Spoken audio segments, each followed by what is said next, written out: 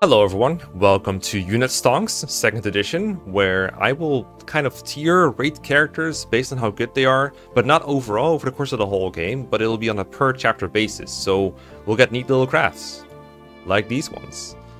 This is what I did last time with Katria, and this time we're doing Merrick as well as a bunch of other characters that were submitted by my patrons. So thank you to everyone who submitted. I posted the thread, I think about a week ago, and a little less maybe. And deadline was last Saturday, and this is the 20 submissions we had. Usually I had a bit more, so if you missed your chance, or maybe you would like to join and help me support make content, or you're a YouTube member and you don't have access to Patreon, post a comment down below and I'll do another edition, and I'll make sure to collect member participations as well. This was just a test to see who was interested. But yeah, if you look at the list here, you can see what games and what characters we're going to discuss today. I'm not going to read them all out for you because you can see them, but thank you to everyone who submitted. So let's get into it. First off, we have FE3, like you already saw. Pyro's submission of Katria was from last time, but this time he submitted Merrick, and specifically FE3 Book 2. So he only joins about halfway through the game, a little further than that. In his joining chapter, I gave him a 2, which is why he starts out so low, and it goes back up to like about an 8 or 7 or even a 9. I think Merrick is not fantastic in Book 2, but he definitely gets the job done when you do have him. He does have Excalibur to his name. I think it's personal to him in that game, but either way, the fact that he can use it is proof is like good enough, and there's not many people who can even use tomes in the first place. So he works out pretty well. I gave him like a higher rating whenever there was like some flying wyverns around, like here in chapter 11, which is the first desert map, Henri's Way, I do believe. And then basically whenever there's other ones around, I gave him like a slight rating bump. Generally, I think he's about a 6 or a 7. I can't really discuss all these ratings in detail every chapter because that's going to make the video way too long. What makes Merrick nice, I think, is that he has staff utility and he doesn't get dismounted indoors. And FE3 Book 2 has a couple of indoor maps later on where someone like Katria, for example, gets dismounted, which is why I actually have him higher than Katria. He also has a decent weapon level, so he can use some other staffs. I think I got him to use again the first time I used him. I'm not sure how realistic that is on average, but that's like one really good staff in FE3 because it lets all your other units move another time. So it's like a global dancer with infinite range, which is super, super good. Of course, you can also use warp or heal people with physic or fortify, stuff like that. He has access to Starlight if he needs someone to kill Garneth with him. All those are things he can do, but it's mostly concentrated in the late game. There's not much else you can do. He's also like a free deployment to endgame. Like you will always bring him if you want to recruit all the bishops. I guess you don't have to, but I like to assume full recruitment. So that's why I have Merrick pretty high in the late game. But earlier on, I think FE3, every outdoor map gets dominated by wyverns, such as Katria, but also Pala. And anyone else you promote to Wyvern is probably going to be at least somewhat viable. And so it's kind of hard for Merrick to catch up, and he's mostly just there to do combat you don't really need to. I do these ratings assuming you kind of want to play the game straight, like you're not warp skipping every map. But for Merrick, I don't think that even impacts his rating very much because he can also use warp. So whether you're warp skipping or not, he's going to be helpful either way. But yeah, I think Merrick, like you can see here, I think he's decent, but I don't think he's like absolutely massive. The fact that he misses like half the game is kind of a reason why he's usually not super high tier, and this kind of shows why. Sometimes these little graphs, they do give me insights into if a unit is rated like very highly, like to question that. I remember previously in Thracia, for example, I had the Thieves, and I realized, hey, there's not really that many maps in Thracia where a Thief is actually good. Like they can't really help you complete the game, and this really gives me a lot of insight. But I think in Merrick's case, this would roughly end up with like a B/A tier rating. I might be wrong though. You're free to call me out in the comments if I'm wrong, but that's the feeling I get. Anyway, thanks for your submissions as always, Pyro. Let's move on to FE4. Oh god, again, we have another Pyro appearance.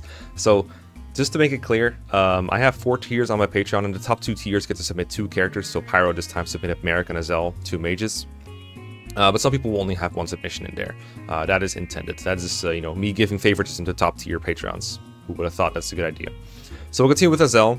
Gonna try not to confuse him with the Azel that's in my current FE4 playthrough that has 8 move at base because I reversed the movements on mounted and dismounted units. This is vanilla Azel.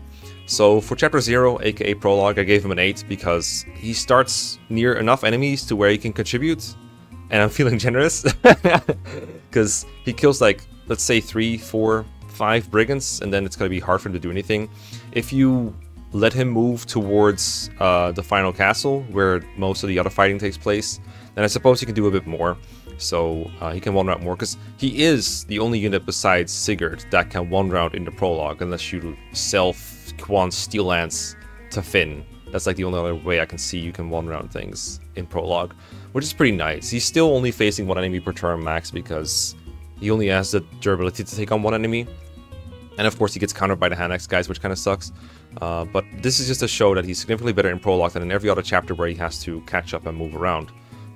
He only has 5 move after all. A little more with roads, but more other people with more move profit more from roads than Azel does. So the other chapters he doesn't really do anything. The real dip is chapter 2, I think, because that's where you get a couple turns of unobstructed movement over roads, which means Azel falls behind multiple turns. He's a little more better off in like chapter 1 and chapter 3, because there are enemies he can walk towards on his own, maybe with a little support that he can contribute with, but there's not a whole lot. I'm assuming he promotes in chapter 4, and then he has mounted movement in chapter 4 and 5. Makes him pretty good with the light brand, for example, to get kills on that with his high magic, or you can just use an Elwyn tome or something like that, because he gets B rank in all tomes minimum. I don't believe you get Bolgan on Gen 1. And I can't use any other A rank ones, but it's fine because he one rounds with almost everything that you give him anyway, as long as it's like an armor knight, which is 99% of the enemies in chapter 5 and chapter 4 combined, I believe, or like a warrior. He will probably one round those as well, so he's fine there. Not like super outstanding. Like I still think there's better units than that, which is what the 1 to 10 rating is for. Like 8 is for, you know, good to really good, but not excellent, super broken. That's still reserved for Sigurd and friends, or promoted Lachesis or something like that. But he's still pretty good. I think he's reasonably well positioned to fight the mages at Thove, because the light brand gives him weapon triangle advantage, and I think he one rounds on average. So that's pretty nice. Of course, he does fall off hard after chapter 5. I just wanted to have that downward dip in there. Then we have Modern Mind submission of Lester. And Lester is, of course, only on Gen 2. I really tried to individualize this a little more, but for one, I like it when it says 776. And the other reason is I don't think he changes a whole lot on a chapter-by-chapter basis. He's just solid. I think if you were gearing this more towards efficiency, he would probably end up with a lower rating, because Gen 2 really doesn't have a high demand for a bow knight that can snipe someone on player phase and then retreat somewhere. But if you just look at him in a vacuum for a little bit, it's like, it's all right. He can hit people and then someone else can kill them, and then that way you can feed them. We all know the most efficient way to play chapter 6, for example, is just to have Seliph wreck everything with 5 rings and a silver, brave, or light brand. So gonna be a little bit slower than that. You can have him get a kill set up from by Oifi, or you can have him one round things with a brave bow.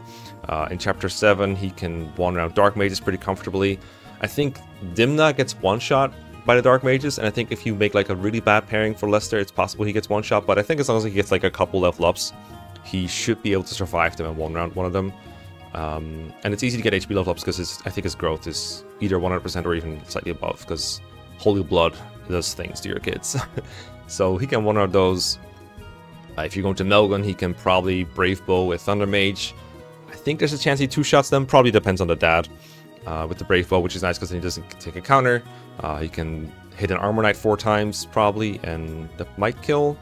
Again, this depends on your pairing, and it depends on like how many procs you get on like a cost probably, or a strength. So it's all contextual, and it all depends. Like Thracia, for example, he can obviously one round Draco Knights, but that's not super difficult. So like all these things are not super high in demand, but in a vacuum, he's fine. He's not going to die, and he's not going to get in your way unless you expose him on purpose. The ability to move after attacking kind of keeps him safe. Chapter 9, a funny casual trick I like to do with Lester, if I'm just taking it slow, is if the Draco Knights are assaulting my castle, like the home castle, you can have Lester go outside, shoot a Draco Knight, and go back in with Canter. That's a funny little trick you can do with him. Of course, again, if you're playing it efficiently, you're probably just rushing Seliph from castle to castle, but that's not the context I'm assuming here, because that would make a lot of people more obsolete, and it's more fun to talk about funny things like this than it is to talk about how they don't fit into an efficient setting. So yeah, I put his rating a little lower for Final Chapter, because Final Chapter doesn't have... it has a couple cliffs on Dark Mages where it's probably nice that he can do that, but I think it's more important that there's just a lot of enemies he can't really fight. Like the Wall of Edda, he can't really contribute there because he just gets put to sleep and then massacred by all the long-range tomes probably. Or all the Forearm Baron part, he's just not doing anything there. You might think he's okay against the a Bone Knight Brigade that's coming from the south when you're approaching Frege, led by Scorpio, I think. But from my experience, he just, unless he has like some kind of a void stack from a forest and leadership and charisma or something, he's probably just gonna die to like a million brave bows. And I think the boss is a killer bow. I don't think that's a safe situation for him, so I don't think he has like a niche there. So I think he's worse there, and I had to reflect that somehow. Sam, thank you for your submission. Submitted Leaf. And Leaf obviously has a big uptick somewhere when he promotes. It's hard to represent a big power boost like this, and we're going to get into this with other characters later, but I think with Leaf it's most noticeable. Because he starts off with like a 4, like about as good as... I hope you guys didn't hear that car horn there. Because he starts so... like he's like Larce... What's his name now? Scat Hatch? Ulster level. Like he's a foot unit with swords and not much else. He probably has reasonably good inheritance because he's pretty good return on investment when you do that for him. But he's not going to be very good at base, no matter what you do. He's going to be... You can feed him kills if you set them up for him, but he's not going to one-on things by himself unless you give him Pursuit Ring, which a lot of people do, and in that case he's probably a little higher. But it's really hard to factor in resource investments into this kind of thing. I'm kind of playing it by ear here, and assuming he doesn't really have the resources to one-on kill. If he's not one-on killing, he's not very good. He can probably get the kills he needs to promote in Chapter 8 somewhere, which is why I was like, I'll give him an 8, because if he promotes, he's really good. But if he doesn't promote yet, then he's still kind of a liability. So I was like, not as bad as he was when he was definitely unpromoted, but not as great as he is when he is promoted, which is what happens later. I don't think I have to elaborate too much on a Master Knight and why they get a 10 out of 10. For most experienced players, it'll probably be because it'll probably just be the rescue staff. Like he's going to be a really good staff bot. I like to give him recover and a bow just in case I wanted to do something else, but most of the time he just uses the rescue staff. Maybe the bargain ring to repair the rescue staff. It's a good investment on him anyway.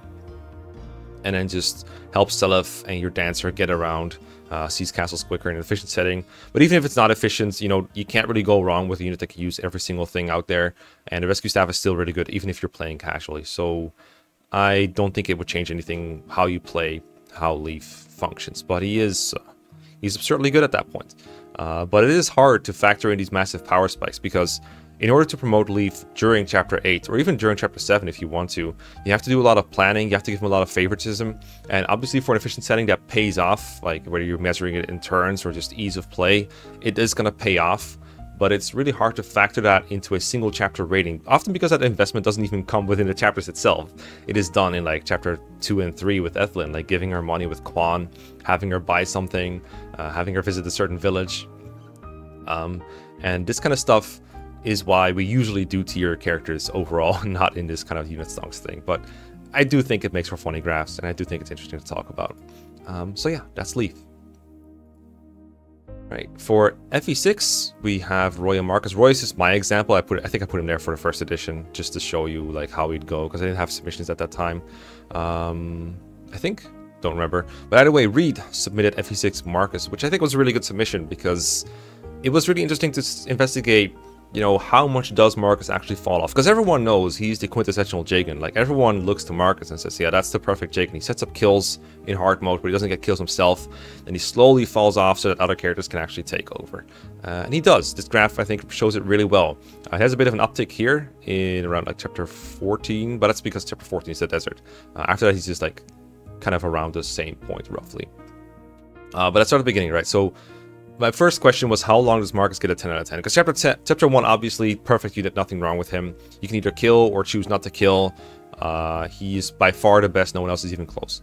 Chapter 2, I already had some competition. Deke was in here before. I had to make some room to fit everything on the screen. But the previous submissions, one of them was Deke. And Deke I also gave a 10 out of 10, because Deke starts into position in Chapter 2 where he could comfortably hold off a bunch of enemies, one round them even, and he's kind of undistinguishable from Marcus, especially because he has an easy claim to a fort that makes him hard to kill. So I gave him both 10s. I was like, alright, they're both like pretty much perfect. Marcus does have the option to one round steal. He might need to use like an Iron Axe for most enemies to get there, but generally with an Iron Sword he will still set up kills if you want him to, because you don't want him to kill most of the time, but he can if you want to. That's pretty much ideal. So that's a 10. Chapter 3 and Chapter 4, it already gets tricky, because first of all, there's plenty of units that Marcus isn't going to have trouble with, but he's not necessarily going to be the best by far. If you look at like soldiers, for example, there's other units that can either set them up for others or even one round. Most of the time, though, Marcus is still going to be by far the best. Chapter 10, I think you can argue that Marcus is more like a 9. You just don't have any 10s.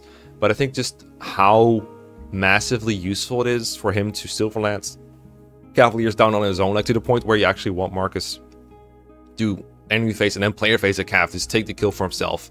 Just because of how overwhelming it is, I think it makes Marcus still good. And that's the logic that kind of keeps on going through here. He does gain more and more units that are not really competition, because really Marcus is still by far the best, but that are, you know, sometimes as helpful and sometimes even more helpful. Rutger, for example, is really great in Chapter 5, and there will be enemies that Marcus won't double in Chapter 5 that Rutger will. I forgot what his odds are of doubling Nomads with the Killing Edge, but that's one helpful thing Rutger can do that Marcus will never be able to do. I don't think he one-shots with the Silver Lance either. I forgot that there's already Brigands there that Marcus doesn't double. I think that might be later, but it's going to happen at some point, and that's another point where someone like, well, Rutger can score. I think Deke doesn't double those either unless they are weighing themselves down. But this is just from memory. Chapter 6, I think Marcus is good again. I think this is when it starts showing that Marcus has other things he can do besides just iron sorting things and just silver lancing things. The fact that Marcus can use all 3 weapons is super helpful in a chapter like this, because he can counter soldiers with the hand axe and not have garble accuracy like someone like Lotz. This is something that Rutger and Deke and Alan and Lance can never do. And if you look at mages, for example, Marcus is by far the best unit to fight mages with early on, because he has access to javelins without having super garble accuracy, and he has good resistance, so he actually survives. And this is, again, something people cannot really claim. And that's really the main reason I have Marcus keeping that 10 out of 10 for the entire early game to Chapter 8. I have him fall off, quote-unquote, by Chapter 9. Chapter 8X will probably have the same rating as Chapter 8 if you're curious. I left out the guiding chapters, again, for the sake of the video length. But they're mostly similar to the chapters that come before or after it, generally speaking, with some exceptions, like with enemy types and etc. So I was like, okay, I'll just keep it simple, leave out the guiding chapters, and this is going to be a trend for the rest of the thing. But Western Isles, I think, is when you can probably say Marcus is getting worse, because you're facing a combination of enemies with axes and enemies with swords, like a lot more mercenaries and also archers. And Marcus can't tackle this very well. And you also have your first promotion items by now. You have a Night Crest, you have a Guiding Ring, you have a Legion Whip. So someone like Shanna is arguably more useful in the Western Isles than someone like Marcus if she's promoted. Lance or Alan, if they've been fed enough kills. They won't be better all around. Marcus still has the res advantage, but Marcus is still, you know, struggling a little bit more with fighting, so for example, hand axe fighters, because he's nowhere near guaranteed to double them, and he's not going to be great against archers particularly. He's not going to be great against bosses either, unless he has supports. You can give Marcus supports to make him like last longer, give more durability. Usually, I don't think anyone from Roy and the Cavs really wants Marcus, because he doesn't give attack with his ice affinity. Also doesn't give crit, which is something that Alan and Roy, for example, do give. But it is an option for him. I just didn't really consider it here. That's when Marcus really starts to peter out. I think Chapter 13 is the first time Marcus starts feeling outright bad at times, because he's really not got any great weapons against Wyvern Riders. I guess he could use the Worm Slayer, but that's something that other people will be better at using because they're guaranteed to double with it. I think Marcus might double Steel Lance Wyverns, but that's about it.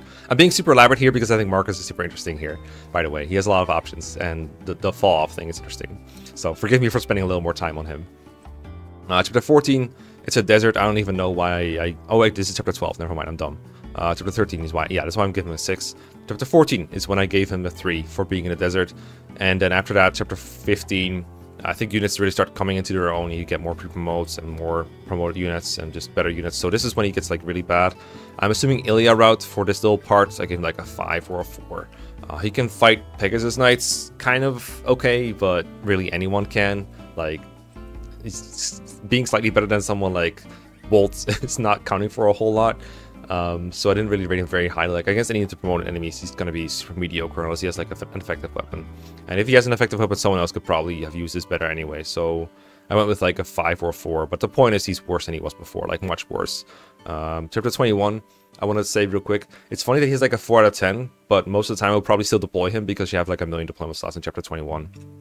I think it would be good if I were to rate every single unit a 1 out of 10 on a scale from 1 to 10 in every single chapter, and you rank them by their you know, numeric rating 1 out of 10 or 1 through 10, and then you just take the top X units, where X is the deployment slot number, If you would have like the ideal deployment for a chapter, I think that would be funny. And I think in this case, he would make it in there because you just have so many deployment slots. There's no way you're deploying a base level Wade or like a base level Gonzalez over Marcus here. But yeah, that's for 21. And he just continues to fall off. He can technically have the ranks to use like the divine weapons to maybe get some kills, but I think other units have better shots at doubling and one-shotting with them, so why would you even bother? So I do think he falls off. You can make Marcus work if you really want to in a late game, but generally it's going to be a really harsh investment, especially because you can't savor him with growths unless you get really lucky. But yeah, that's Marcus. Really interesting case. Good submission. Thanks, Reed. Next up is good old FE7. I have 3 submissions for FE7, and I have Hector here as an example.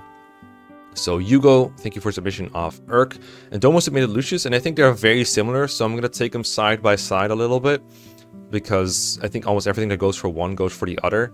At first, when Lucius is not around, I gave Urk like a 6 out of 10. FE7 early game feels like Marcus, Oswin, Hector, and a bunch of 6 out of 10s trying to make things work in combination, and it ends up working out in the end, but it is a bit of a struggle at times when you can't just use those 3 units to trivialize everything. I mean, Urk is fine. He only takes 1 hit, just like Azel I mentioned early on. He takes 1 hit and he can 2-shot plenty of enemies because he hits on res, he has 1 to range, doesn't take counter. That stuff is nice, but it does take a fair bit of protection that you might not always conveniently have available in the early game. So I think Urk is nice, and there's not often going to be better units to deploy. Like, you'll deploy him over Rebecca for sure, and you'll probably deploy him over Bartre or Dorcas if you have to choose, but not a whole lot else. So he's fine. He's alright. And then I think chapter 17, I try to give him higher ratings for chapters when there's choke points, when there's enemies where you can easily isolate them without putting him in danger. So that's like 17.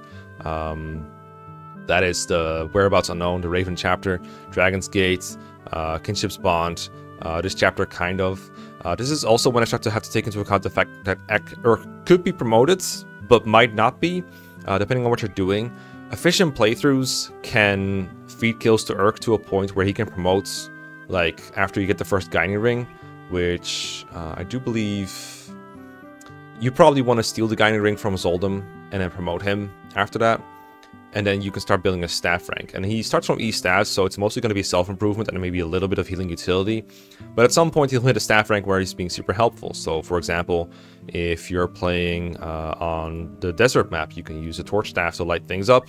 You can heal things with a unit that has a lot of mobility. If you've been using only Priscilla as your other healer, then you don't have access to that, so it's like a super exclusive thing.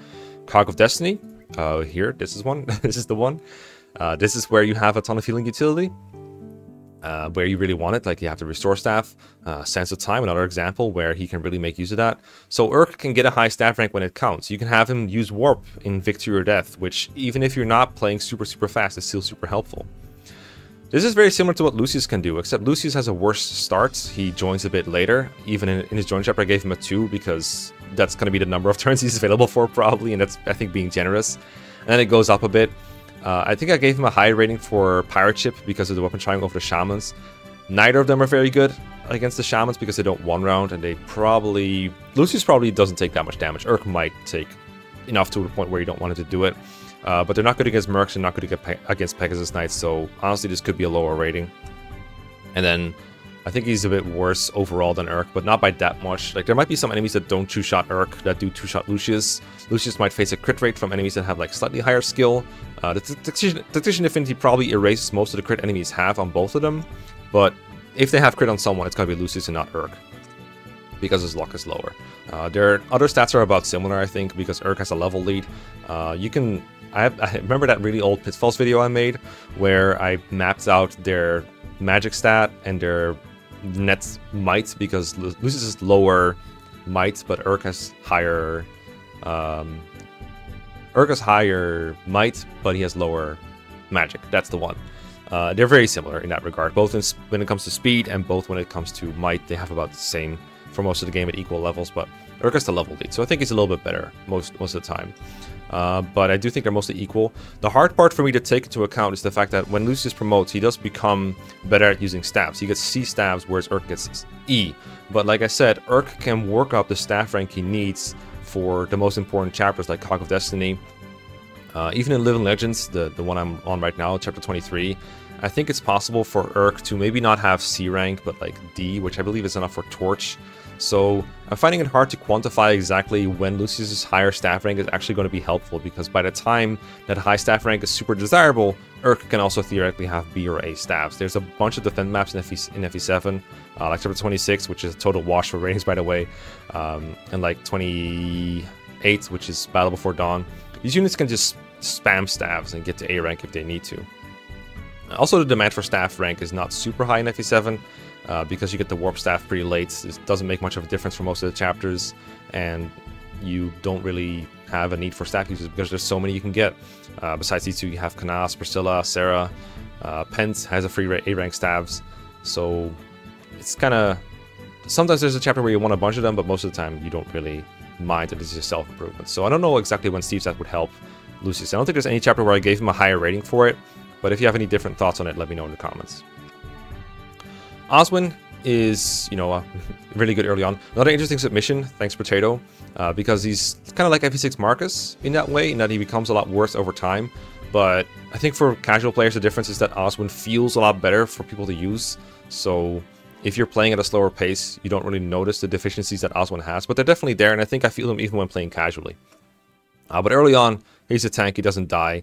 You could argue he falls off a little bit earlier because as you get better units, the demand for his higher durability becomes lower. In 17, I gave him an 8 because the chapter is a bit more movement heavy. Even if you're playing casually, you'll want to catch the thief that's getting Nightcrest. So in Whereabouts Unknown, I think Oswin is mostly going to be relegated to doing duties at the start of the map, like guarding Myrnus or helping Matthew get to the chests. That's the easiest way to use Oswin, because he's not going to keep up with Hector and Marcus and any other calves you might have brought to that chapter. Chapter 21, that's when I started like really setting into his real decline, because that's when I start feeling like Oswin is no longer able to be at the front line, because your other units can often afford to move further, and then their movement advantage over Oswin just compounds over time.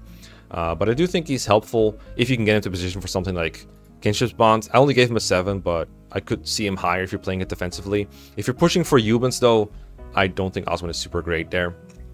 Living Legends, another big dip for anyone who uses the Nightcrest really, because he can barely move around. There's a part of the map where you can contribute even if you don't have good movements, all the way to the right, but there's going to be more units like that, so I don't think it's super valuable that you can do that. Like, yeah, you can fight a couple Cavaliers and a Hammer Brigands. Actually, the Hammer Brigands might even be dangerous to Oswin, so that just makes him look worse. But yeah, he slowly gets a little bit better in chapters that have like choke points or like places where you just need to go to a place and kill enemies. The sad thing about Oswin is even in like something like Crazed Beast, where you fight a bunch of the same enemy type over and over, where you could reasonably be very good. Like, I think he can one-round the Steel Lance Cavaliers in the Pascal Fort if you really wanted him to. But because Oswin's movement is so bad, and because his con is so high, you can't really rescue jump him to a place very easily. It takes some like Florina to lift him around, so it doesn't really work like that. And it just kind of, yeah, falls off after that. There's not a whole lot he can do. In a Magic Heavy chapter, especially like Cog of Destiny, he's just not very good. I did give him a positive rating for the last few chapters, Sense of Time, because it's a very choke point heavy chapter. You have to sit it out anyway, so you don't really have to move anywhere. He's not going to help you kill Denning, but he's going to be pretty helpful just stopping enemies from advancing too far. Similarly, in 32, that's Victory or Death. I think it could be okay if you're taking it slow, or if you're using a Warp Staff or something. He can pretty reasonably catch up and do some work there if you want to. He's not going to be helpful in an efficient clear, but if you wanted him to, he could be helpful here. And then 33, final chapter, the enemies there are so stat heavy that I actually think a trained Oswin can reasonably do something dumb like hold off Uhai or something like that if you really wanted him to. Or, you know, choke Darren's room, or... It's probably about it, because everything else is like magic in it, or he has like... Maybe you could face Brendan, I don't know if that'd be a good idea. He could probably take a hit from Lloyd. If you give him an Iron Rune and a Rex Hostile, you can probably like two-shot Lloyd if you wanted to. Or the Short Slayer if you get his axe rank up. So that's like something he could do if he really wanted to. So I gave him like a high rating for that. Movement is not super high in demand in final anyway. So that's the story of Oswin. Very interesting to talk about. Then we got FE8, another 3 submissions. I don't have an example here, but I think at this point you get the point anyway. Plus I had 10 out of 10s anyway, which is the main reason I need the examples, is for make my graph end up at 10 out of 10. I'm very good at Google Sheets, as you can tell. So Domo submitted Nami. I think Domo said they wanted to submit people that were often benched by people. So we had Lucius, and here we have Nami. And maybe you can kind of see why. Nami is the blue line over here, and she does kind of have a very low line. This little interruption is chapter 5x, aka 5.5. I don't have like Ephraim or anyone else on there, so that's why no one's there. If someone wants to be really funny, you can submit our Orson if you want to. Give me a short break. So Naomi, obviously not super high ratings, because, you know, GBA Archer, even in a game with triple effectiveness, is not going to be super great. I do think she has some nice free utility in the early game where, yeah, you might have to bench, like, I don't know, Artur or Ross or Colm to field Naomi. Colm probably doesn't help her, but, you know, the competition is not super tight for deployment slots early on, so she's free in Chapter 3. But even when she's free, it's kind of hard to give her a high rating. One of the reasons Unit Stonks was quote-unquote invented is because I was talking tier lists, I don't know with who. I was like talking about Edward on the Radiant Dawn tier list, I think. And Edward is the best unit in one prologue. He's also one of the only 3 units you have, and he's the only way to take hits from enemies and like do something back reasonably quickly. So when you're rating Edward on a tier list overall, do you give him like a really high rating just because he's super good in one prologue? Obviously he's worse later on, but his one prologue contributions are really essential. I was like, how do you rate that? And someone in the comments was like, maybe just don't have a good unit in one prologue. Edward is the best you got, but in that vacuum of one prologue, but he's really not that good. He's maybe doubling depending on the mode, and he's like getting 2 to 3 shots depending on the mode. It's not that great. So maybe just don't have any 10s for one prologue. I think that's what gave him the idea for Unit Stonks in the first place. So that's kind of what Naomi is. She's free for that chapter, but you still have, well, every other unit really does more damage than Naomi, and every unit can do more than Naomi phase besides like Molar. So that's why I end up with a 4. It's still high compared to chapter 4, for example, because at least there's choke points, so it's reasonable to attack with Naomi without having to dedicate like 5 units to protect her. You can't really send Naomi out in the middle of nowhere in chapter 4 and expect her to come out on top, or expect to gain anything out of it. So that's why her rating there is lower, for example. Chapter 5 also kind of choke pointy. Chapter 6 more out in the open.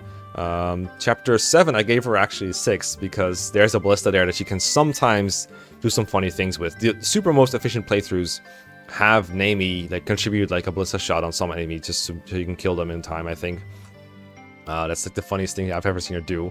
It's not a super serious rating for chapter 7, honestly. She's not required by any means in any kind of playthrough, but I thought it was funny to have like a bit of an uptick for such a weird reason. And after that it's like back to 5 to like 8s or 9s. One great thing about Naomi is that she does have an exclusive promotion item, the Orion's Bolt, as long as you don't mind not selling it. So she can promote whenever she hits level 10 if you want to. And at that point, her rating should shoot up a bit.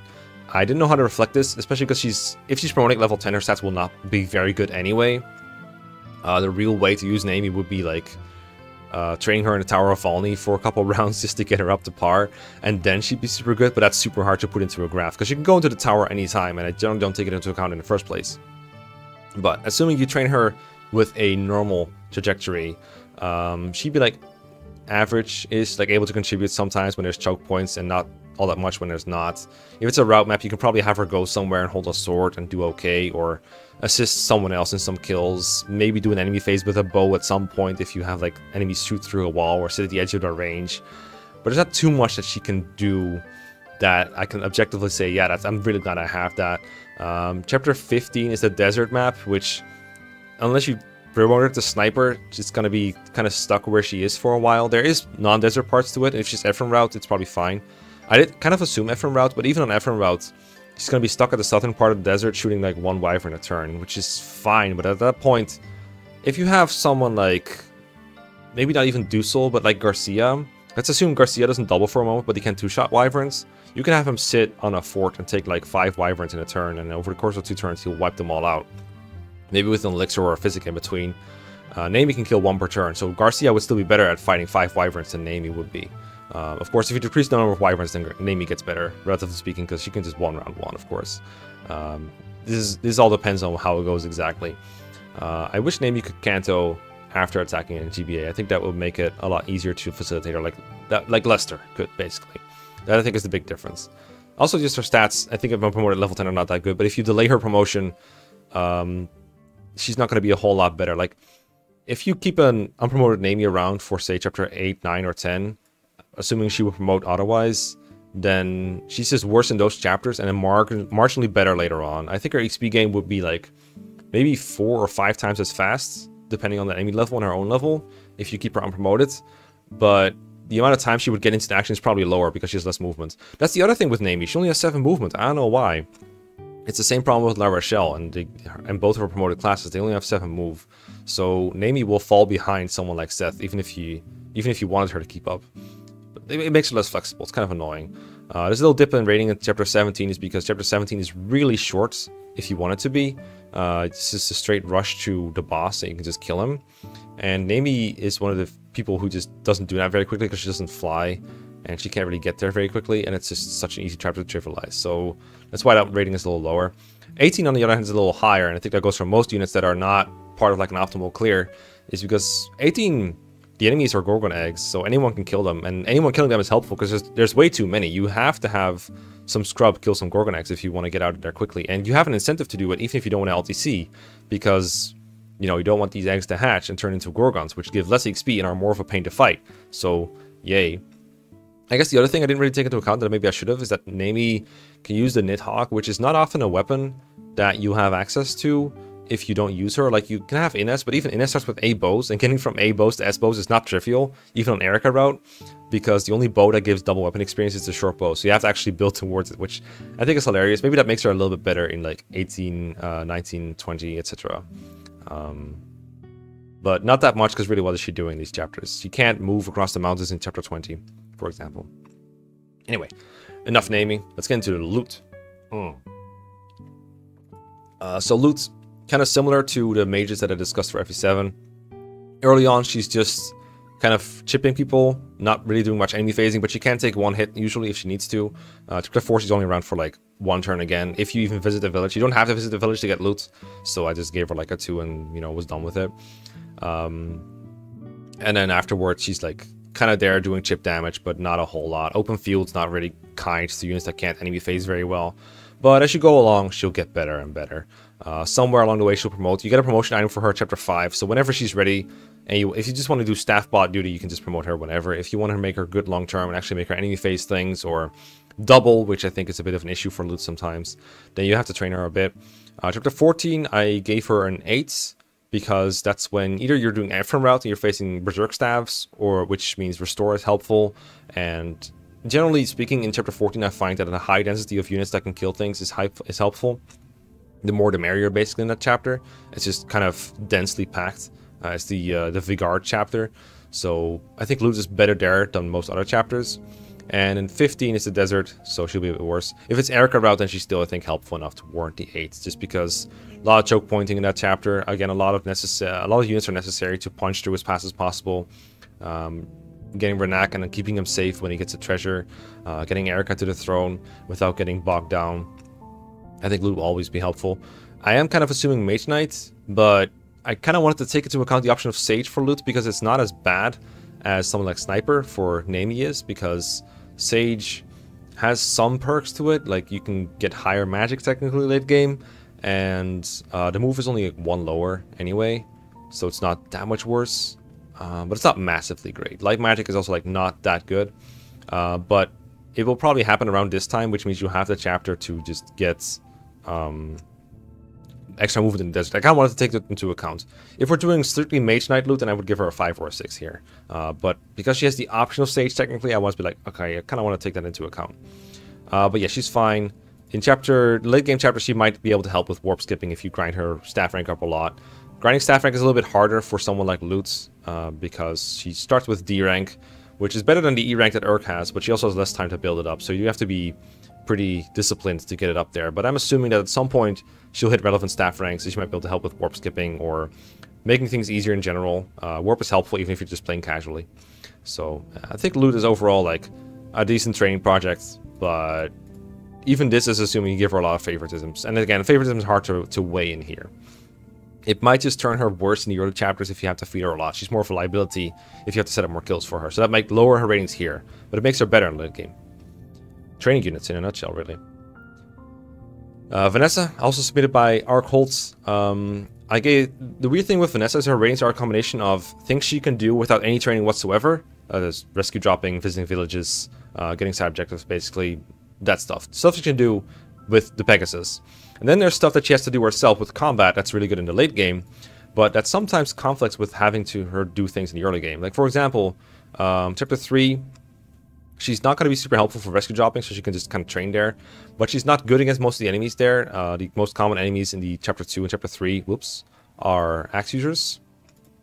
And so she'll be a bit less accurate. If she misses, she might be in a lot of trouble. So not great there. But Chapter 4, the funny thing about Chapter 4 is Vanessa's not necessarily better at combat than anyone else. She's probably on the lower end. Like, she's about as productive as someone like Gilliam is, two-shotting monsters that die in 1 round to Garcia or Seth, or even Franz.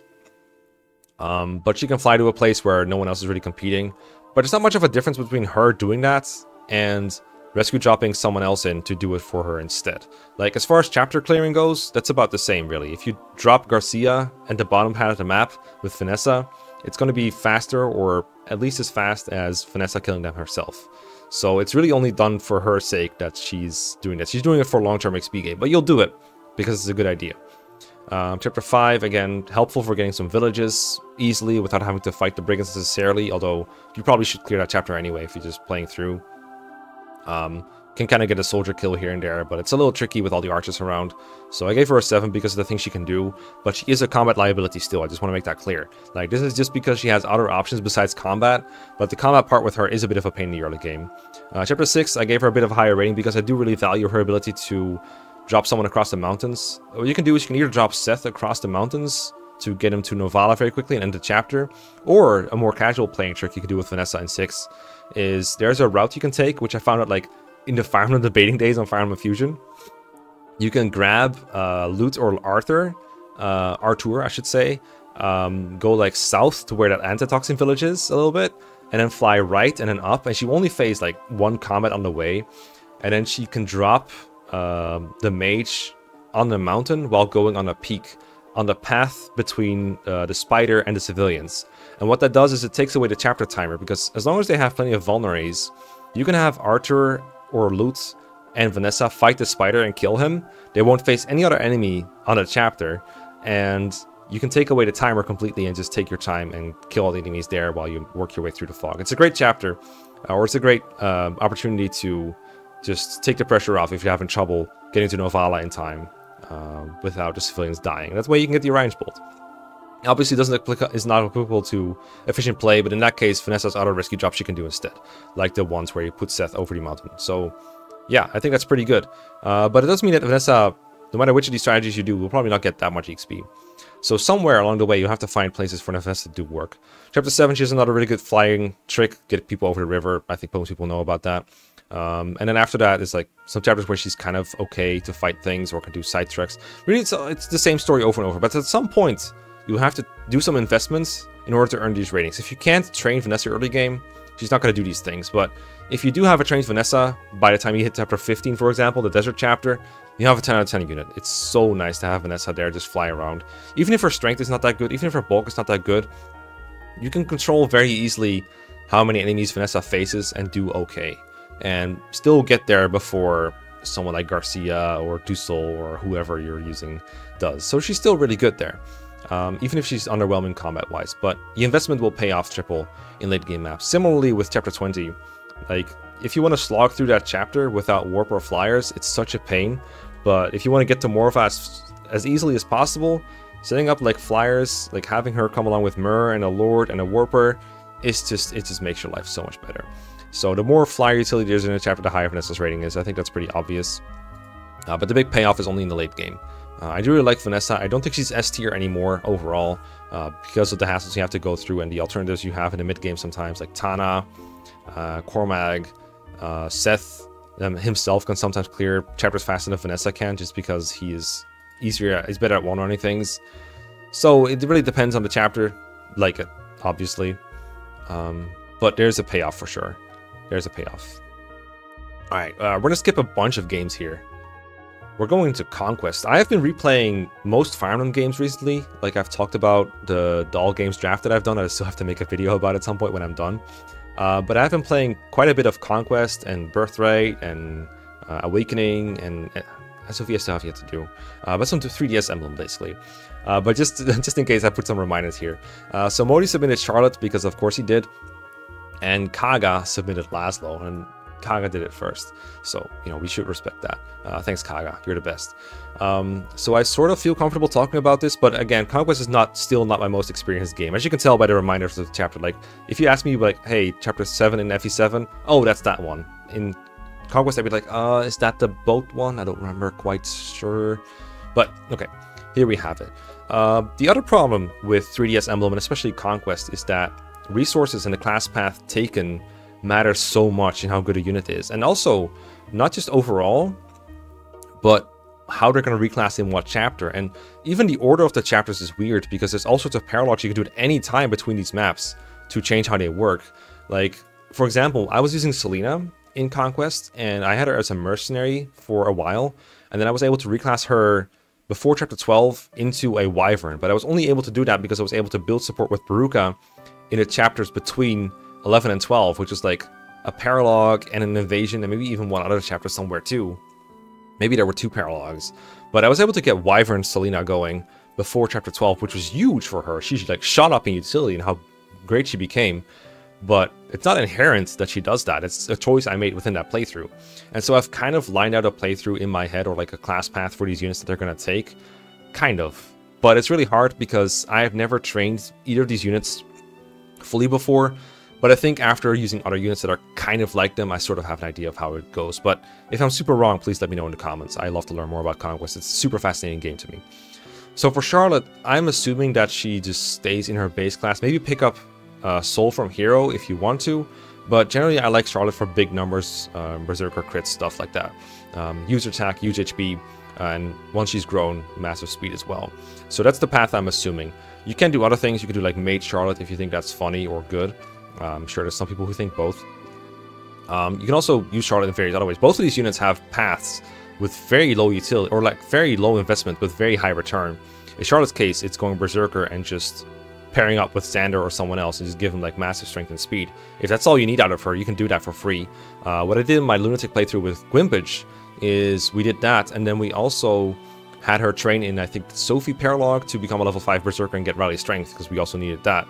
So that's also a super low investment thing we can do with Charlotte. It's good, but it would be very boring to analyze, because it's just, yeah, it's a stat bonus on someone. So I'm assuming you actually use these units. Similarly with Laszlo, he's funny in the way that you can just never do anything with him except click the rally button, and you'll just get +1 strength and +1 speed on a group of units, and you don't have to do anything with him. And that alone, I think both of these would just be 6 or 7s for most of the game. They'd be optimal deployments for the entire game, just off doing that, which I think I would rate about like a 6 or a 7. That is about what they ended up with anyway, as when used as units. I know that's like the less optimal way of doing it, but the more fun way to analyze. So Charlotte, the first question is when to promote her, right? Because she does rely on her growth quite a bit, and she joins at level 10, I want to say, maybe 9. So she has a way to go. So you probably want to promote her at like 15, I would assume, if you're using her full time. You could go to 20, but I think that would reduce her XP gain. I think the optimal level for like XP gain is like 19 due to the way the calculation works with like odd and even levels. So I'm assuming you're promoting her at like around 15, which would happen around here probably. So I think in her joining chapter, chapter 16, she's okay.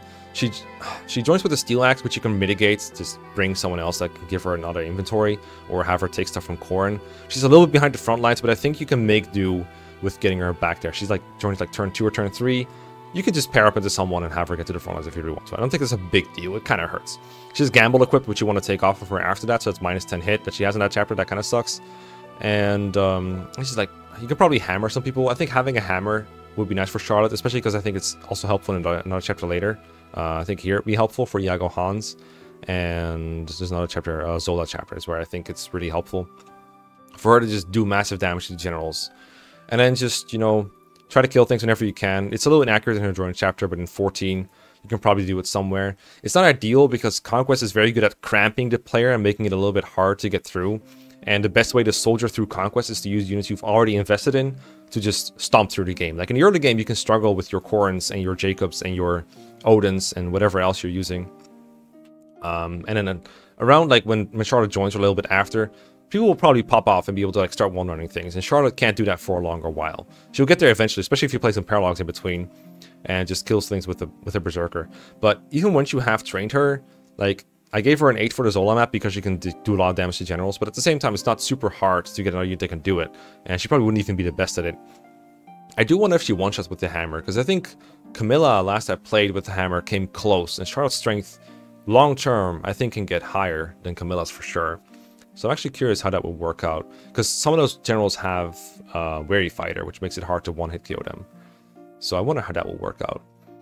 But yeah, generally I was like, okay, it's a foot unit that can kill things and has like enough HP to survive 2 hits, I want to say, most of the time. Her defense is pretty trash. So it's really just her HP, and she probably needs some kind of defensive pair up to survive more than that. But I think she could generally just do okay with her Berserker path. I'm not even sure if it's the optimal path for her. If you're really trying to use her, like I know Mage Charlotte is funny. I do want to try that sometime. But this is roughly what I came up with, like a 6 or a 7 in most chapters. Sometimes I think it'd be easier, sometimes I think it'd be harder for her to do anything. Like, I don't think she'd be very good at killing ninjas. This is like a very generous rating, actually. I'm assuming you're playing this chapter straight and you just need people to kill ninjas in combination with others, like with dual strikes and shit, because God. But if you're just killing Ryoma with Korn, and obviously everyone is trash in this chapter. So it could probably be lower. But yeah, I think Charlotte is alright, but not a massively great return on investment. So Laszlo, like I said, you have the rally option, but if you don't use that, if you actually want to train him, one of the better paths for him is probably trying to do a ninja with Soul. Now, I didn't do that with Laszlo, but I did do it with Silas. Silas' stat build is a bit different. I think he's got significantly more bulk, especially if you make use of his personal skill by getting Korn hurt. So Laszlo might be a bit worse than that, but at least Laszlo doesn't need to have friendship with Kaze to get the ninja path. He just has it in his base set, which is pretty cool. He can also get Shuriken Breaker from the Bone Knight class if you want that. So that's why, for example, I think he could be potentially better in patient waiting if you want to just get through the ninjas, but that's the long future, right? But initially, I don't think he's very good. The Merc class is not that helpful at this point in the game. I think most of the axe users are kind of gone, so I don't rate him super highly early on. Having a 1-range lock, well, it's not 1-range locked. You have not the umbrella, the Kodachi to get 2-range if you want, but it's not a very good weapon to have. He's not a mage. He doesn't have 2-range like that. It's like, okay, but at some point you want to reclass him to ninja. I guess you want to do that ASAP if you're using him as a ninja, because he can build up weapon rank that way and get to like Beast Killer rank. Like, you definitely want to have Beast Killer by the time you get to Katsuna Lair. So maybe you would actually save a Heart Seal for him to do that. That's an opportunity cost. That's favoritism. That's hard to factor into here. But thinking about it, yeah, if you're using Laszlo long term, I don't know why you wouldn't reclass him immediately, because he joins level 10, right? So he has the Merc skills already. Maybe you would do that. And then you just build up his thing, and whenever he hits higher Shuriken ranks, he gets a little bit better. If you can get to Kitsuna Lair with the Beast Killer, obviously he's very good there. I'm assuming that. You probably do want Soul from Hero, so that might be either a case where you leave him as a Merc and then get Soul and then reclass, but that sucks because it ruins his rank. That's the same problem I had with Silas. I just went with Merc in Ninja Cave and I hated it. You probably want to be a ninja here. That'd be a tough one. But either way, if you get to this chapter with Soul and Beast Killer, I think you're pretty good. You're looking pretty good. But yeah, generally I think a ninja is nice. I think the height of the ninja comes in this chapter. And let's see, Fuga's Wild Ride as well. Where is it here? Because the ninja just has a couple of places where they can be really helpful. In Fuga's Wild Ride, you can drop a ninja near Hayato and fight him, and this will disable the Hexing Rod if you can kill him in time. It will fight a couple Pegasus Knights and a couple of Spear Fighters. It might take some resetting on turn 1, but it's not super unlikely to not work, as long as you give him plenty of rallies and tonics. And that's a lot of resources, but it also makes the chapter so much easier to do. You've probably seen it in his Warren video if you know what I'm talking about. Have him go there with the Beast Cutter and kill everything in sight. So you kill everything there, and then the rest of the chapter is a lot easier. Hinoka, I'm also assuming the Beast Cutter there will be helpful if you're playing it straight. If you're skipping Hinoka, then obviously it doesn't matter, but I think the skip for Hinoka with the Rescue Staff, or even without the Rescue Staff, is a lot more involved and a lot less interesting than skipping something like the Stairway, for example. I think a Stairway is when a foot unit that uses physical combat is at their low. I had to replay it recently with no good magical units, like no good offensive magical units. My Odin was reclassed into a physical for a bit, and it's pretty painful. Would not recommend. 1 out of 10. Do not play Stairway straight. Always skip it. So that's why I have a 6 for Stairs, for example, and an 8 for Hinoka. Iago Hans also has a lot of magic parts, magic rooms with only magic enemies, where I think Laszlo would do pretty fine. His res is not as good as like Kaze's, but I think he could still do a lot of work there. And then not super relevant for final. Obviously, if he's just rallying, maybe he should have a 7 just because you can rally in the final. I think actually I would like that. Because only one combat unit is going to be relevant in the final. But Laszlo at least has help with the rally skill. Yeah, I like that. Okay, that's Conquests. How'd I do, chat? Let's get into SOV. Alright, next up is Shadows of Valentia. And I still have Ulm as an example over here from last time. I think having the lords over here just feels natural. But our Shadows of Valentia submission is Modern Mind submission of Tobin, and I assumed Mage, it's not him. I just, decided, let's analyze Mage because I think that's the most interesting one to do for him. Mage has a very strong start, but Tobin does not because he doesn't start as a Mage. He's just like a 6 out of 10 in Euro chapters. I think he's not as bad as Cliff and Faye at fighting. I think he still doubles and can combine for KOs with just about anyone. So he's probably okay, not that hard to get to Villager, but obviously not going to be a massively strong unit like Ulm is early on. Then he, around the time you get to the Leather Shield Mercenary chapter, God, he becomes really good as a Mage. Mage is almost like a Jagan in this game. It's not as good as the Lightning Sword there, but it really helps a lot. It helps that he ignores terrain, so, whoops, I bumped into my mic there. If he fights a Leather Shield Mercenary on the mountains, for example, he just ignores the bad hit rate the mountains would give you normally, plus the massive void of the Mercenary is nothing to sneeze at either. Southern Outpost has a lot of indoor tiles, plus he just has really good offense in those chapters. If you give him speed wells, or if he procs speed, he can double, and double magic damage at that point in the game is massive. And the defense res gap, I think, is pretty big for soldiers early on. They're kind of bulky. They're not like FE6 soldiers where they just fold over and die to anything. They're kind of annoying, actually. So Tobin being your best defensive unit there, even with just the Fire Tome, or the Fire Spell, I should say, is really good. But then it declines a bit because at this point you get the Lightning Sword, and so exposing Tobin to a bunch of enemies is no longer your best bet. You do have the Leather Shield to still let him, take a couple hits here and there, but he's no longer going to be your primary offense carry. But he's still helpful occasionally. Just not someone you want out in the open against like 5 effort enemies. And SOV does have really high enemy density where you do get to the enemies, so that can be a little bit risky for Tobin. But he has the bulk to shake it off most of the time, so I still have him pretty high overall for Act 1. Act 3 is when you get into more annoying parts for him. I think he's still helpful because armored enemies are plenty common. Sometimes you want to counter at 2 range, which is helpful. So there's some spots where he's good. Arcanist Forest I have him really high because every enemy there has 2 range and there's a lot of forests, like the name implies. So having high hit with tomes is super helpful to have. Against Fernand and Berkut I think is really bad because there's 3 enemies on that map and he's not good against any of them. Plus they have massive reach over the course of the whole map, so it's probably best to just feed them to your Armor Knight, whoever that might be. The Sei Fort is another chapter with, floor tiles and choke points, and the Sei himself is super powerful, and having Tobin hit him with Excalibur at that point can be super good. So that's, an obvious chapter where he's great utility. That's kind of his last little Horado. You can see I'm pretty sure this is the peak right here. Yeah, chapter 11. So after that it goes down because you unlock better and better offense, especially at 2 range. Generally speaking, as a whole, especially later towards the game, you have the Bone Knights you have and the Saints you have are much better at handling the enemies you do fight. There's some enemies he's okay against, I think here, this chapter, where Fernand and Berkut show up again. You can just have him fight some things that other people would not be as good against, like Barons or Armor Knights. This might be deceptive. I think Tobin is pretty bad against Witches late in the game. It's another one of his weaknesses. His res is a little low and he doesn't do much damage against them. But there's a lot of Barons in that chapter again, so he can be a little bit helpful as long as it's a group effort. Plus, once Tobin promotes to, I think it's also called Sage in this game. I think it's Bishop and Guidant, but I think it's Sage in this game. He can heal people, so even if Tobin himself can't do much damage, he can heal people who do, and so that's kind of helpful. But I do think there's also chapters where he just doesn't do anything, like New Baba's Abode and Zeke Jerome. There's just no room for him to contribute. The chapters are over. In Jerome's case, the chapter's over too quickly, and in the case of New Baba's Abode, you're either going around the mountain very slowly to make your way up there, or you're warping people in and maybe out, you're maybe having all of them go in and out and do hit and runs there. But I don't think Tobin himself is going to be very helpful there. It might be different if you make him a mercenary and have him turn into a dread fighter. Then he's suddenly really helpful here because he's one of the better candidates to get up there. Not as good as, mercenary Cliff would be, or maybe Ulm, but he could do work here. But this is the path he's chosen in this timeline. He's going mage.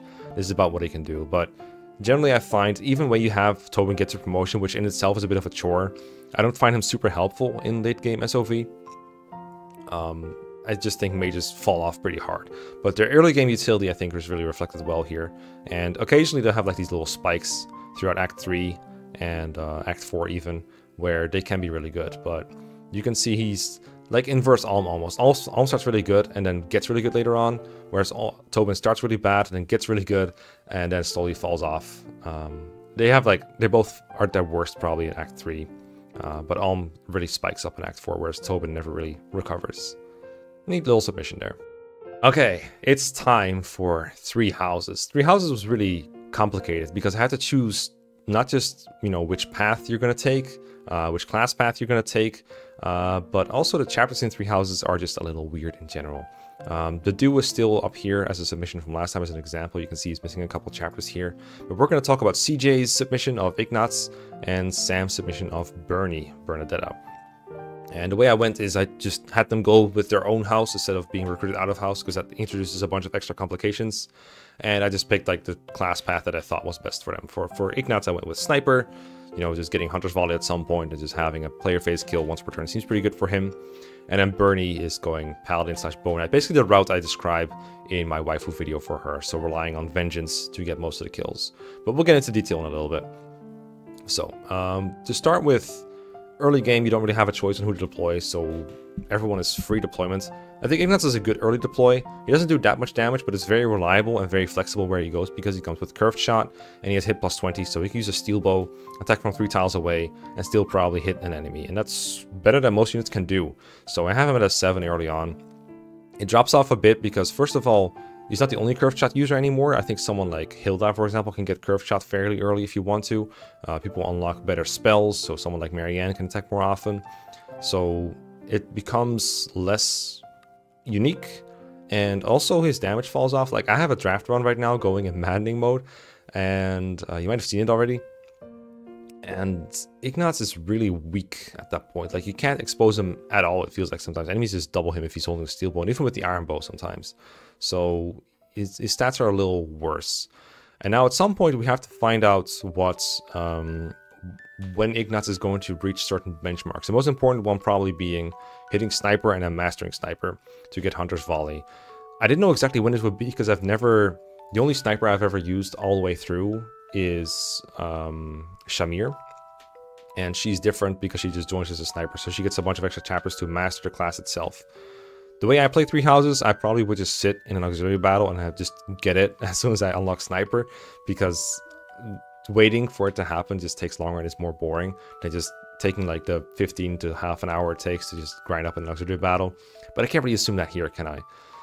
But I think it's probably... I think I usually hit Sniper, like the advanced classes with A rank or B+ requirements, like around here somewhere. But even if he's still an archer, I think it doesn't change all that much for how good he is. He generally just does chip damage, and chip damage is helpful early on, but not super massive and even kind of bad at some points. Like when you get to ground or field, doing chip damage to like one enemy is not super great. The environment is very open, and Ignatz is going to be very good at like he's not going to be very good at enemy phasing things. So generally, I don't think he's super helpful in the early mid game. The time skip chapters. 13, I think he's bad because he joins in the upper left corner where there's not much to do to contributing to the clear, and I think he's more in danger than anything else. I forgot who's with him in the upper left corner. I think it's Lawrence that's with him and no one else. And they're kind of in the pickle, so I think he's more of a liability than a help there, so I gave him a 3. 14, though, is the Defend Garrick Mock chapter post time skip, where I think he's really good because there's a bunch of Falcon Knights you can shoot down. That's like a noticeable peak for snipers, I think. Just a lot of enemies you can one-on. Even if it's not a Falcon Knight, he probably has Hunter's Volley at this point, I'm just assuming. Somewhere along the way he's got it unlocked, right? And that means he can semi-reliably one-round Paladins. I'm assuming he can either 2-shot or he can 2-shot with a crit and have some kind of crit bonus going on. If he can't 2-shot Paladins, that's something else. So I think it's really good in 14, but beyond that, time skip chapters and even most late... even a lot of early before time skip chapters in Three Houses are just kill boss, and I just don't find that Ignatz as a sniper would contribute a whole lot to those, because he's not going to be the one killing the boss, he's not going to be the one killing a bunch of enemies on the way to the boss if you're not just skipping the chapter. If you are skipping the chapter, obviously it's even less helpful. So what happens is you can just kind of help clear an area, but most of the time you'll probably have an enemy phase sweeper that does it better. If you don't, he's not going to be the best person at killing enemies in the first place because he needs to be protected, and he's not the most reliable person at one-running things in the first place. He's not exactly an assassin like Bernie is, for example. So you're left with this kind of utility that is not super high in demand in Three Houses. So I mostly have like mediocre ratings for him. I do think later on, if you're playing most of these chapters straight in Golden Deer, I think, let me think here. The chapters late game are kind of choke pointy, like the underground one, where you're going up against the mole people. You can probably shoot over walls and do some funny things there. Similarly, in the final chapter, most of the enemies are impaired by the swamp, and so you can probably get some pot shots at enemies that can't really reach you even if you fail to kill them, or the enemies in their group can't get to you. So I gave them like some generous ratings there, but generally what this made me realize is that Sniper, not super helpful in Golden Deer and Three Houses in general. Like Hunter's Folly seems really good on paper, but I think it's better if you can actually fight some things on enemy phase. I do really like the hit plus 20 though. I think that makes him a better sniper than most other people. But if you replaced Ignatz with Shamir here, I don't think she'd be a whole lot better just because the class doesn't feel super good despite Hunter's Volley. So that's one thing that making this little graph here made me realize. Now we'll get to Bernie, submitted by Sam, of course. Thank you. I think I like Bernie a bit better than Ignatz, as you can tell by the ratings. He's just higher all around. Again, for utility and curved shot is super good. They're both archers early on, so they have very similar utility in that way. The big difference between them is that Ignatz has hit plus 20, but Bernie has plus 5 damage if she's damaged with her personal skill. So you're just looking at a unit that does a massive amount of damage even before you get Vengeance. If you do unlock Vengeance, which I'm assuming is unlocked around Chapter 4 in Crimson Flower, you do have to rush her Lance rank, but it's totally worth it. Even if you unlock it like one chapter later, it's still so good.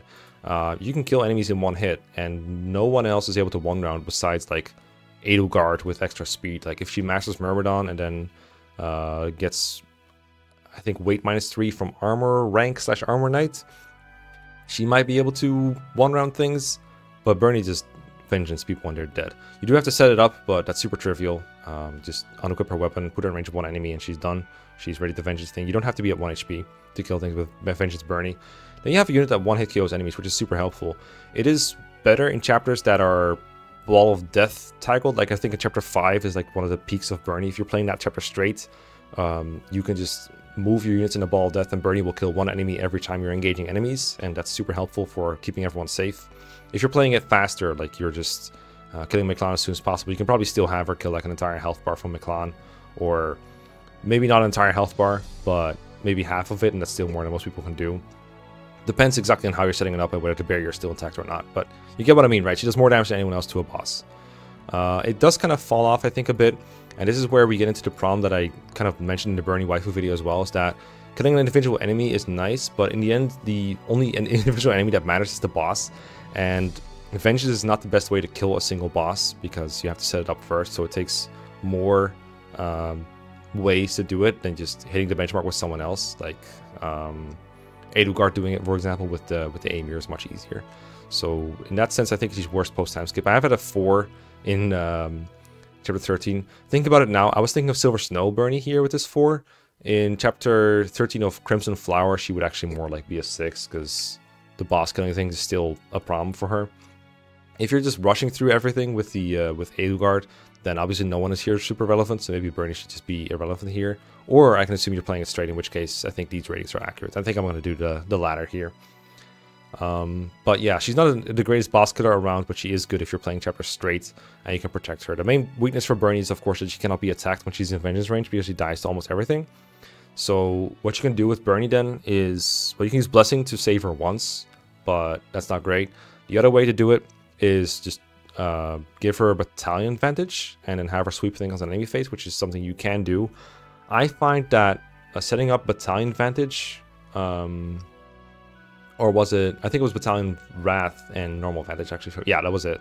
Advantage from mercenary and then battalion wrath from just Sea Authority, I think I want to say it is, which is pretty easy to reach. You want authority anyway for better battalions. So you do that and then you can enemy face things with Bernie. It's not the best setup for it. It's obviously inferior to Dimitri's regular double battalion combo.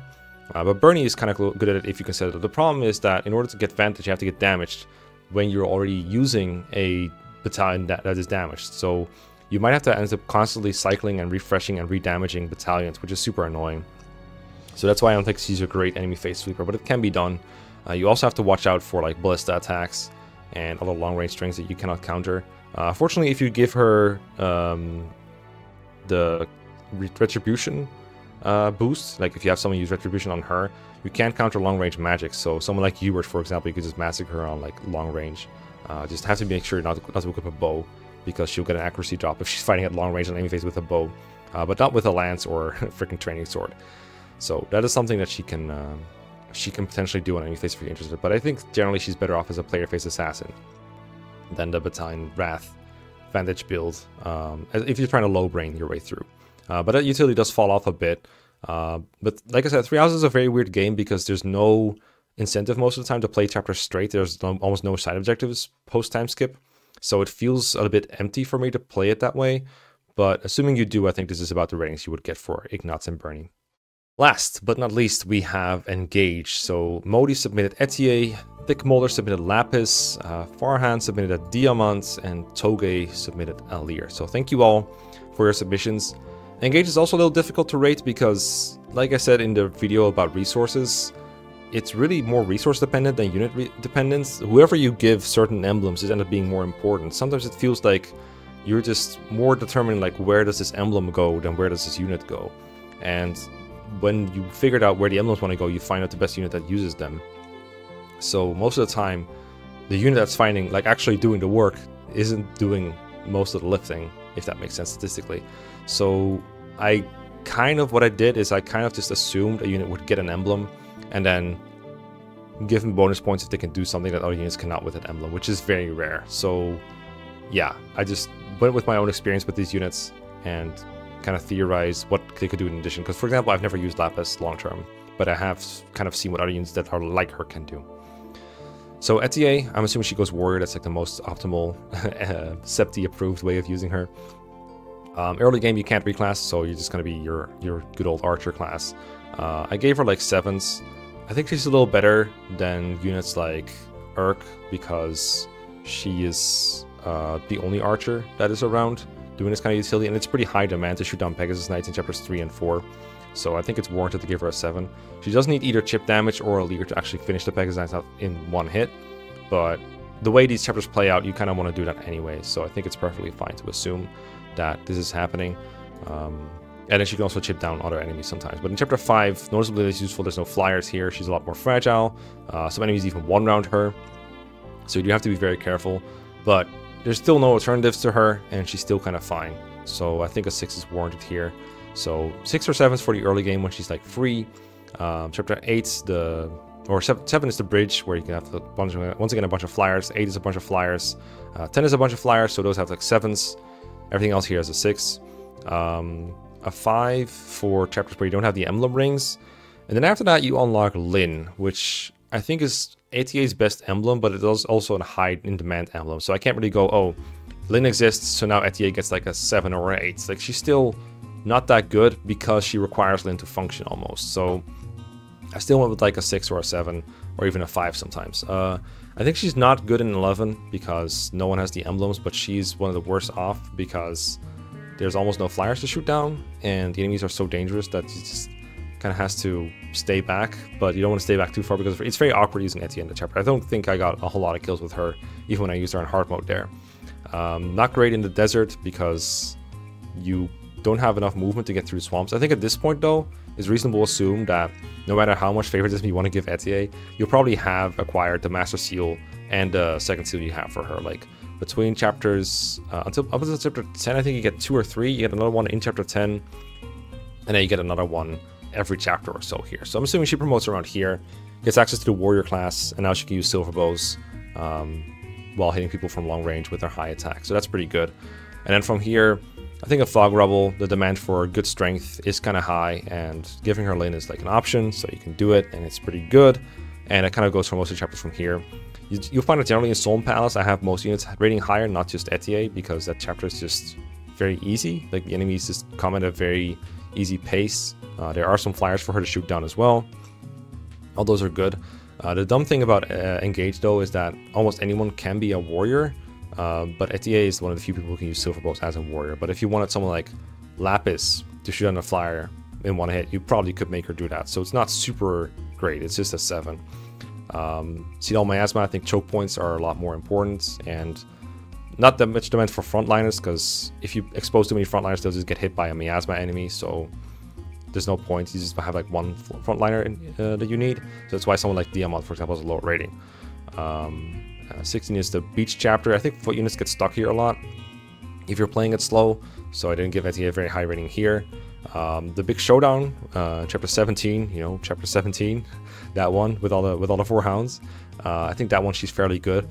I did have her fight Zephyia there in hard mode, and I think on Manning she probably has some kind of effectiveness negating skill, so Etier is not super great there in Manning. I'm kind of assuming my own experience, which is hard, but if you were to like strictly focus on Manning here, I think she'd be a bit lower. But whoever has Lyn here will be helpful with Astral Storm no matter what you're doing. And Etier is arguably better at Astral Storming because of her high strength, or she can be a covert class if you want that to be for one chapter, but generally I'm assuming warrior. Boat chapter, I don't think she's super great. You just want to enemy phase most enemies there, so Etier doesn't do much there. Generally speaking, I think Etier is probably replaceable with a Mage Knight and Bonded Shield, and they'll just clean up everything in sight. You don't need anyone else to do anything, but again, the most optimal path will render most units obsolete, so I'm not assuming that. This chapter, I think you'll need a lot of firepower to take down Mauvier and what's her face? Marnie in one round or one turn to make sure they can't harass you anymore. And Etier's flexibility in where she goes and the ability to use a longbow or silver bow, I think will be really helpful here. So I gave her like a 7 for that. It's only 1 point up from a 6 though. Grisfog, it's probably too chaotic to have her do a whole lot. And most enemies are in small groups that's kind of hard to handle in fog. The fact that you cannot move through fog generally, I think, impedes a little bit. Here, because you have to light the way first and then move, but I don't know. I've only played the chapter twice, once in normal and once in hard, so it's hard to really have a bunch of concrete things that Etier can do specifically as a warrior. You'll find the same problem applies to Lapis. I think Mommy Castle is like a slight peak here because you can shoot through walls here, and you have a bit more room to be covering units than you have in like an open field map like most of these are. So that's why I have her a bit higher here. And then in the final, I was going to give her a high rating because she can do more damage, but then I realized that the final enemies all have weaknesses to like one person on your team, like whoever emblem you have. So the fact that she has high strength doesn't distinguish her very well because you have so much might, like so much effective might access on most units that her strength advantage doesn't really mean much. So it just went with a 6 here, but it could honestly be a 5. Now, Lapis, I think is like kind of like that for most of the game. I do like her in her joining chapter a lot because she can one-round mages while surviving the counterattack, and that's a pretty good start, honestly. From there, there's not a whole lot of standout things. I used her in hard mode. I wasn't super impressed with her performance as a, I think her class is called Sword Fighter in this game. And then you, at some point, like Etier, she just wants a promotion, so around the same time, she'll probably promote and become a warrior or a wolf knight or whatever you want. I don't think it makes a big difference for her rating. The big difference between these two as a warrior is probably that Etier has the early game utility and Lapis has like doesn't need the early game XP. Like Etier might not be level 10 when Lapis joins, but they probably won't promote immediately anyway because you're reserving your master seals for better units. But Lapis does have the option to promote right away if you want to, and in that case she'll be a bit better at the cost of some resources, which is hard to factor in. But let's say you turned Lapis into a what's the problem with that? I think she would become a sword fighter or a sword master if you did initially. And you can reclass her immediately if you really wanted to with your like your only second seal or like one of your 2 second seals. You can do that, but you probably won't. So I'm waiting until here for this graph. But she's mostly just kind of like Etier, a bit worse when I think the bows are really good.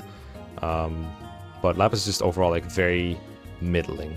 And again, if you give her like a couple books and then give her like your favorite skill, like you give her Canter, that's going to help a lot. If you give her some speed or some extra strength from whoever, that's going to make her better, obviously. That's why these ranks are really hard to do for Engage. Lapis is also like the most middling unit in the game, so it's really hard for her to say something that only applies to her and is like not something I can say about everything else. I'm sorry. The funniest thing I can say about Lapis is that she's the unit that almost everyone, or the people I talk to anyway, they call it the Lapis test, where they rate them against Lapis and how good she is. So if they're better than Lapis, then they're good, and if they're worse than Lapis, then they're bad. She's the most middling unit in the game, and I think her ratings for like all around 5, 6, 7 reflects that. Diamond is a bit different. In his joining chapter is very funny because he joins with the Roy emblem, so you think he'd be super good to have that, but his starting position is kind of annoying, and the 4 move doesn't let him get to enemies as fast. Like the way the game sets it up with Amber being a little bit ahead of him and having more move and being able to engage the soldiers right away is so funny to me, because it just leaves Diamond out of a job completely. And then he has like the awkward choice between a Lance Reaver and a Wormslayer, but neither of them are super satisfying against all these enemies with different weapon types, so he can just end up broken no matter where he goes. It's just very annoying to use in that chapter. He does have like reasonably good bases to the point where he can function, I think, a little bit better than Lapis. Their bases are similar, but I think Diamonds are slightly better. So for the most part, I just gave him better ratings than, or like similar ratings to Lapis. I put him a bit lower here. I don't remember why, because he should be about the same as Lapis, really. It might be because he couldn't get Ike here, but I mean, that was the same all the chapters before. So yeah, this should be a 6, I think. The big peak for Diamond, I think, is that he can use Ike if you wanted to. I'm assuming he's a Lord, by the way. You can use Ike from these chapters onwards, like I did in hard mode, and then I know he's good with that. But just like with Lyn, he's not the only person who can use Ike well, and there's probably people who can do it better than him. But I do think his innate bulk makes him pretty good at it. On both Lyn and I gave him extra points or 2 here, because I think that map is where Ike is really good at just coming into a side of the boat and using Great Ether, and just baiting like a million enemies at once, and then maybe not killing them all, but weakening them all to the point where you just kill them all in next player phase very easily. The enemy density and the way the layout works out is just very good for Ike there. So assuming you give him Ike, you got that going for you. I don't know what other emblems Diamond could reasonably use. If he's fast enough, you can give him Roy and just double and destroy everything. And Roy probably gives him the bulk and strength he needs to do that. And he could do a lot of the same things I just described with this, except Ike would be a bit safer because of the increased bulk that Ike gives with Great Ether and his all the skills at half damage and stuff. The Evil Veil chapter, this one, I also thought Diamond was very good there, because again, a lot of enemies you want to bait at once. One of my most hated things in Fire Emblem is when you have a group of enemies moving towards you, and they're going to be like in your face next turn, and you don't have the means to kill them all on player phase without weakening them first. So having someone sit there and enemy phase them all is super helpful. So that's why I gave him a bit of a higher rating there. So that's the most standout points for Diamond, I think. 25, or yeah, 25 Mummy's Castle. I think having a frontliner like him again to bait those kind of enemies and kill them on next player phase is super helpful. And there was like one other chapter I wanted to talk about, but I don't see it. I think like something like I said, for the Miasma chapter, or chapters really, I should say. This one also, it doesn't stand out as much because there's not as much need to bait enemies, and it's harder. There's only a couple spaces you can safely go with him, Miasma, where he doesn't get wrecked, because Miasma, I think, just overcomes most of the boons that a unit has when it comes to bulk. So I don't think he's as good in those chapters, because there's less demand for frontliners and more demand for Miasma clearing, or having a unit that can function regardless of Miasma. So I have him slightly lower than you might expect there. But other than that, I think it's about an average unit here. I think this really, like, this is almost all 6s, 7s with the occasional 8 and like a couple 10s from Halir. So I think this really shows how samey engaged units feel when charted out like this. Like, it was really hard to make them look better or worse, because at base the units don't change very much. It's the emblems that really change them all the way. So maybe what I should do for the next one actually is accept submissions for emblems and see how good they are on this chart. That would be interesting. I would consider that. Alright, last is Alir, submitted by Toge, but this I think was the most interesting submission for Engage, because Alir does change drastically depending on the chapter. Early game he's obviously peak because Marth is either the best pick on him or is forced on there, you don't have a choice, and sometimes even the only unit, so not much to say there. I think around this point you're no longer forced to put Marth on him, so he's still the best choice, but you could use other units as well with Marth to get him training, which is a good idea. So it kind of goes there, and it kind of falls off a little bit because Alir's combat becomes less impressive as you go on, and other units are able to utilize Marth to the same extent, especially once you unlock the arena and you're able to unlock like higher bond levels with Marth. So it becomes worse, and you join other units join with more mobility and more bulk or better combat, so he becomes relatively worse as you go here. That's pretty self-explanatory. This, I think, is where most people want to or should promote Alir, and he gets a bit of a power spike, so I gave him like an 8 to reflect that. because if you're in chapter 11 and your Aliyah is promoted, you'll have an easier time reaching the escape point before anything hectic happens. If you're taking your time, it probably doesn't matter as much, but it's a good time to promote Aliyah, I think. So I gave him an 8 there. But again, not much for him to do in the desert. You probably have better units like, I don't know, Ivy to do most of the work for you. This is where you get the Korin and Byleth emblems, both of which are very good on Aliyah if he's not reclassed out of his dragon class, because those are really the best dragon emblems, I believe. Korin because it gives you fire, which can slow down enemies, or any other terrain you want, whereas Byleth gives you the ability to dance for 4 people, which for my Aliyah in hard mode was like a big savior thing. So I think that's a really big boon to Aliyah as a dragon unit. If you reclass him, then obviously anything goes. But I think the main draw, the main thing that makes Aliyah different from other people is the access to the dragon classes, so I went with that. But for example, this also applies to like a Griffin Knight Aliyah. If you reclass him, if you're promoting and reclass him there, that's also a really big boon to him. So it doesn't really change a whole lot, I think. But this is definitely due to the dragon class. Other than that, pretty average to below average combat unit for the most part. But if you give him the Korin or Byleth emblems, these could easily be 8s or 9s or 10s. This Catch 'em All chapter 22, this is the chapter where we have to recollect all the emblems that are like scattered across the field. I gave him a 4 here, kind of for the Marth reasons, like FE11, FE12 Marth, or even FE1, FE3. He just runs around collecting things, so he can't do a whole lot of combat. He can still take actions when he's there, but his path through the chapter is determined by those emblems. And you don't want to take your time, because then you get more reinforcements you have to kill, as the chapter turns into a route map when you collect all the emblems. So you do want Aliyah to just take a very straightforward path through all the emblems, and that makes it harder for him to do anything other than that. So I gave him a 4 for that one. But then he gets the option to engage plus, and he becomes a 10 out of 10 best unit. Never waver again, because damn. Engage plus is so busted, I don't even have to talk. It's like 5 million Yu-Gi-Oh texts, but you know what it does. It kills the enemy most of the time. Just go through all the options, find one that kills the enemy, and he makes another unit do the same thing too. Like, it's so busted and so fun. So back to 10 out of 10. Circle of Life complete. So yeah, I thought it'd be brief. It was only 20 units that were submitted, but I still managed to talk for, how long did I talk for? Holy, yeah, like 1.5 hours basically. So hope you enjoyed it. If you want to submit more, I will probably open another thread on Patreon if there's enough demand. So post in the comments if you wanted to submit something, whether you're a member or you're a patron and you just missed it, because I know we usually have like more submissions for unit stonks. I have to do in like three parts, but it was a good warm-up round at least. So thank you all for submitting. Thank you all so much for your support over the last, like, it's been years honestly at this point. So thank you so much, and thank you for watching. We'll see you next time.